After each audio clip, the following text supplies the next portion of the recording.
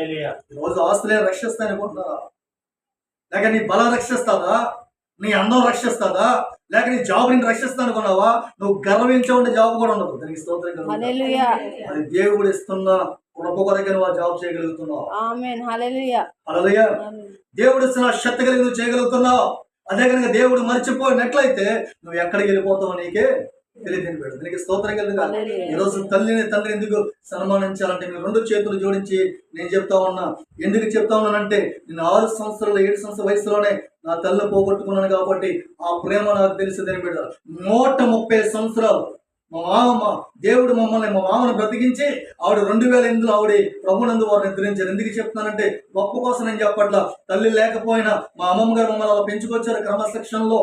దీనికి స్తోత్రం కనుక ఏ రోజు మమ్మల్ని పత్తి పెట్టగల ఆవిడే పత్తి ఉందేమో కానీ మమ్మల్ని కూడా పత్తి పెట్టదండి. ఎందుకంటే ప్రేమతో చూసింది. ఎందుకంటే